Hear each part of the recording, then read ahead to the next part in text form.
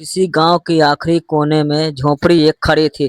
मिट्टी की दीवारें, ऊपर छप्पर और एक दरवाजा हर हवा में चरमराता था। उसी झोपड़ी में रहता था एक लड़का, 18 साल का, दुबला पतला, आंखों में सुनवा लिए हुए एक लड़का।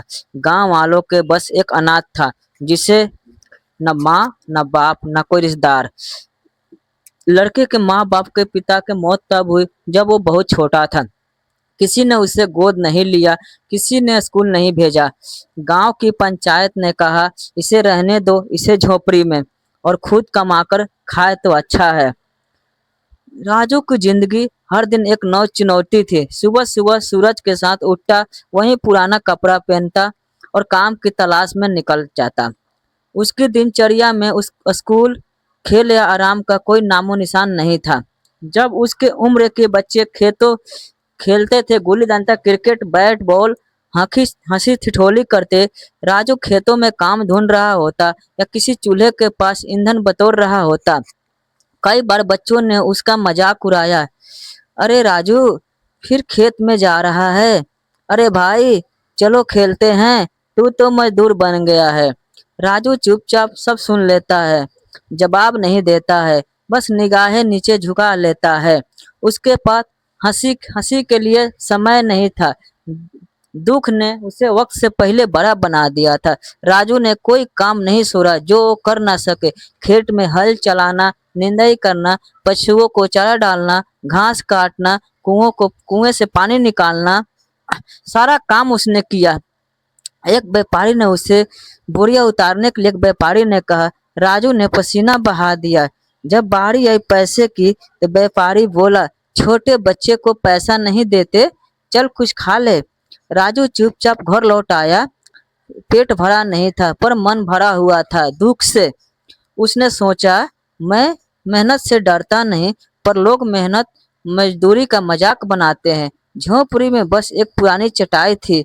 बारिश में छत टपक रहा था। कई रातें राजू ने भूखे पेट बिताया।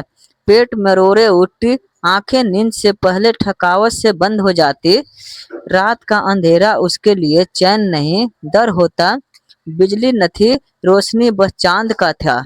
कई बार जब काम नहीं मिलता, वो गांव के मंदिर में जाकर बैठता। कभी कोई बुजुर्ग 2 रोटियां आकर दे जाता, कभी कोई दिन भर कुछ भी ना मिलता। लेकिन इस सब के बाद राजू ने भीख नहीं मांगी। उसके अंदर एक जिद था, मेहनत करूंगा पर हाथ नहीं फैलाऊंगा। राजू ने कई बार खुद से कहा, सब कहते हैं नशा बुरा है, मैं कहता हूँ नशा मेहनत का करो। ये भूख, ये ताने, ये अपमान, और यही सिखा रही है मुझे। अगर मैं रोज कुछ काम कर लूं तो एक दिन ऐसा आएगा जब लोग मुझे इश्क से पहचानेंगे। उसने खेलों का नशा छोड़ा, टीवी जैसे सपने जैसे था। बचपन में खिलौने नहीं था, और अब सपनों में सिर्फ रोटी, मेहनत और छत दिखाई दे रहा था। राजू के साथ कई लड़के स्कूल जाते, वे शाम को खेलने निकल जाते, नए कपड़े पहनते। जब भी वो राजू को देखते हंसते, राजू, तुझे भी नौकरी मिल गई क्या? अरे भाई, तू बच्चा है या मजदूर? तेरे जैसे लड़के को स्कूल नहीं बेलचा चाहिए।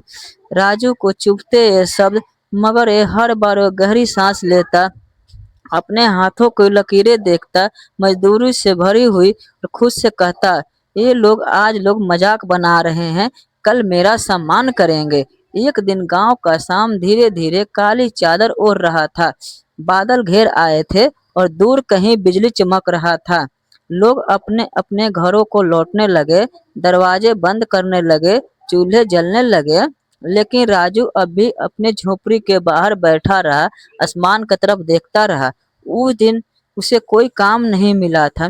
3 घरों के चक्कर काटे थे, 2 खेतों में गया था, कहीं भी कुछ नहीं मिला था। पेट खाली था और जेब में एक भी सिक्के नहीं थे। शायद आज भी भूखा सोना पड़ेगा, उसने धीरे से कहा, और उठकर झोपड़ी के भीतर चला गया।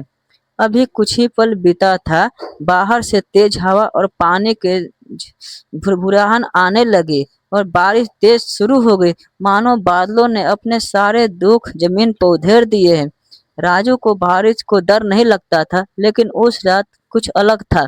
गांव के बीचे बीच एक पुराना गोदाम था जो सेठ हरिप्रसाद का था। गांव में अनाज का सबसे बड़ा व्यापार उसी का था। उस रात उसकी गोदाम में एक छोटा ट्रक आया जो दूर के कस्बे से आया था। उसमें बोरियों में भरकर ताजा अनाज लाया गया था। लेकिन तबाही ये थी कि ट्रक लेट हो गया था और बरसात शुरू हो चुका था। सेठ परेशान होकर इधर उधर फोन करता रहा, मगर बारिश के कारण कोई मजदूर नहीं आया। अगर ये बोरियां ट्रक से नहीं उतारी गई तो सब अनाज भीग कर सड़ जाएगा। उसने बाहर खड़े होकर चीखा, मगर गांव सुनसान हो चुका था। हर कोई अपने घर में दुबका बैठा था। उसी वक्त दूर से छाता लिए हुए भिक्षा हुआ राजू उधर से गुजर रहा था। वो बस मंदिर के पास एक और में बैठने की सोच रहा था, लेकिन उसकी नज़र सेठ पर पड़ी। घबराया हुआ, परेशानी में इधर उधर दौड़ता हुआ राजू दौड़कर उसके पास गया। सेठ जी, कुछ काम है क्या? सेठ ने चौंक देखा, भीगे कपड़े, कांपते होठ, लेकिन आंखों में आत्मविश्वास। राजू बेटा, भगवान ने तुझे भेजा है।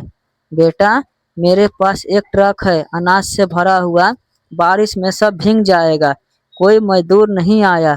तू करेगा ये काम? राजू ने बिना सोचे हुए जवाब दिया, सेठ जी, मेहनत से डरता नहीं, काम बताइए। और फिर शुरू हुई असली परीक्षा। ट्रक की बोरियां भारी था। हर बोरी कम से कम 40-50 किलो के था। रास्ता फिसलन भरा था। गोदाम की फर्श भी गीला था, मगर एक एक बोरी उतारा, कंधे पर लाद कर, गिरते पड़ते मगर बिना रुके। बारिश उसके कपड़े को भिगो चुका था, मगर उसका जज्बा सूखा नहीं था। सेठ और उसका ड्राइवर एक किनारे खड़े बस ये सोच रहे थे, ये लड़का तो अकेला ही 100 आदमी के बराबर है। करीब 2.5 घंटे तक राजू लगातार काम करता रहा। जब आखिरी बोरी भी गोदाम में रख भी गई, तब बस वहीं जमीन पर बैठ गया, हाँफते हुए, मगर चेहरे पर संतोष। सेठ दौड़कर आया और उसके पास बैठ गया। राजू बेटा, तूने बहुत मेरा नुकसान टाल दिया। अब बता, कितने पैसे दूं?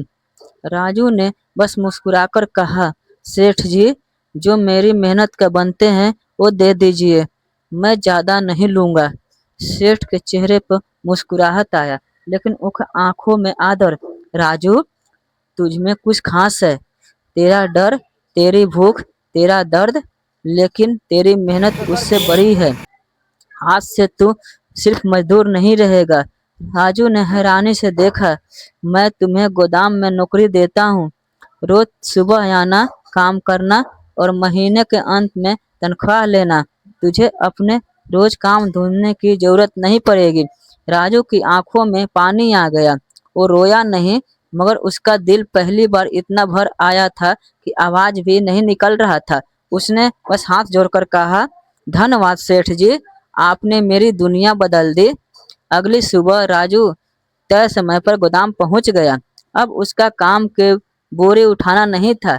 सेठ ने उसे सारा गोदाम संभालने का जिम्मा दिया, मजदूरों से काम करवाना, माल का निगरानी, गिनती करना। राजू ने सब सीखा और सब कुछ पूरे ईमानदारी से किया। सेठ ने 2 महीने बाद उसकी तनख्वाह बढ़वा दी। उसकी झोपड़ी धीरे धीरे सुधरने लगी। वह चटाई की जगह एक बिस्तर ले आया। गांव में सुबह की रोशनी अब राजू के लिए नई उम्मीद लेकर आती थी। अब वो बस काम के लिए भटकता नहीं था। अब वो गोदाम का भरोसे कर्मचारी था। सेठ हरिप्रसाद का दायां हाथ है। उसकी वर्दी तो नहीं बदली थी, पर चाल बदल गया था। हाथ अभी भी मेहनत से थके रहते, पर आंखों में आत्मविश्वास चमकता था। राजू का दिन सुबह जल्दी शुरू हो जाता था। गोदाम पर पहुंचकर ट्रक से अनाज उतरवाना, बोरियों की गिनती करना, मजदूरों से हिसाब रखना और सब साफ सफाई का देख रेख करना। सेठ को राजू पर इतना भरोसा हो गया था, जब वो बाहर जाते तो गोदाम का चाबी राजू के हवाले कर जाता। 4 महीने की तनख्वाह बचाने के बाद राजू ने अपनी झोपड़ी की मरम्मत शुरू की। पहले एक मिस्त्री बुलाया, फिर खुद भी मेहनत की। मिट्टी की दीवारें पक्की ईंटों से बदलने लगा। छप्पर की जगह टीन की छत लग गई। गांव वालों की आंखें फटी की फटी रह गई। अरे ये तो वही राजू है ना, जो एक वक्त रोटी के लिए खेतों में भटकता था। देखो इसका घर, लगता है कोई मेहनती आदमी रहता है। अब वही लोग जो ताने मारते थे, राजू को सम्मान से बुलाते थे। कोई कहता राजू भाई, राजू बाबू, कोई कहता राजू बेटा। एक दिन की बात है, राजू गोदाम पर बैठा था, तब एक लड़का पास आया। उम्र में करीब उतना ही था जितना पहले राजू था। वो थोड़ा झिझकते हुए बोला, राजू भैया, मुझे भी कुछ सीखना है। मैं भी आपकी तरह मेहनत करके कुछ बनना चाहता हूँ। घर की हालत खराब है, कुछ बताइए ना। राजू ने उसे देखा, कभी ये खुद इसी हालत में था। मुस्कुराकर उसका कंधा थपथपाया और कहा, भाई, नशा खेल कूद का नहीं, मेहनत का करो। दुनिया के ताने सहो, पर मेहनत से मुंह मत मोड़ो। अगर तुम काम से भागोगे तो रोटी भी भागेगा, लेकिन अगर तुम मेहनत को अपना साथी बना लोगे तो रोटी, इज और सपने सब तुम्हारे होंगे। लड़का कुछ बोल नहीं सका। उसके चेहरे पर चमक था, जैसे उसे रास्ता मिल गया हो। धीरे धीरे वो गांव में बदलाव दिखने लगा। कई लड़के जो पढ़ के दिन भर आवारा घूमते थे, अब वो गोदाम पर आकर मदद करने लगे। राजू उन्हें सिखाता, समझाता और जिंदगी की सच्ची सीख देता। राजू अब सिर्फ मजदूर नहीं रहा, वो अब प्रेरणा बन चुका था। सेठ हरि प्रसाद एक दिन गांव के चौपाल में बोले, राजू जैसे लड़के इस गांव का गौरव है। अगर हर बच्चा में मेहनत को अपनाए तो ये गांव भी एक दिन शहर बन सकता है। तभी वो लड़का जो बारिश में भींगा भूखा सोया और तानों का शिकार हुआ, अब वो मिसाल बन चुका था। राजू ने खुद से एक दिन कहा था, मैं मेहनत से डरूंगा नहीं, क्योंकि रोटी मेहनत से मिलती है। मेहनत से रोटी मिलती है, प्रेम से नहीं। आज वो बात सच हो गया था। अब उसकी झोपड़ी घर बन चुका था। दिन में दिल में दर्द की जगह आत्मसम्मान था, और उसके शब्द अब कहानियां नहीं, सबक बन गया था। दोस्तों, एक कहानी हमें कुछ सीखने की मिलती है। नशा मेहनत का करो, नशा उस पसीने का कमाता है, नशा उस रास्ते का करो जो तक जाता है।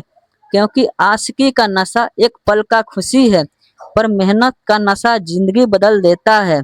दोस्तों, पर आपको एक कहानी पसंद आई हो तो हमारी यूट्यूब चैनल को कहानी को सब्सक्राइब करें। दोस्तों, आप लोग जितने सपोर्ट करेंगे उतने हमें मोटिवेशन मिलेगा, और मैं ऐसी ऐसी अच्छी अच्छी कहानियाँ हर दिन लाते रहता हूँ। चैनल को सब्सक्राइब करें दोस्तों, हर दिन अच्छी अच्छी कहानियाँ सुनने के लिए।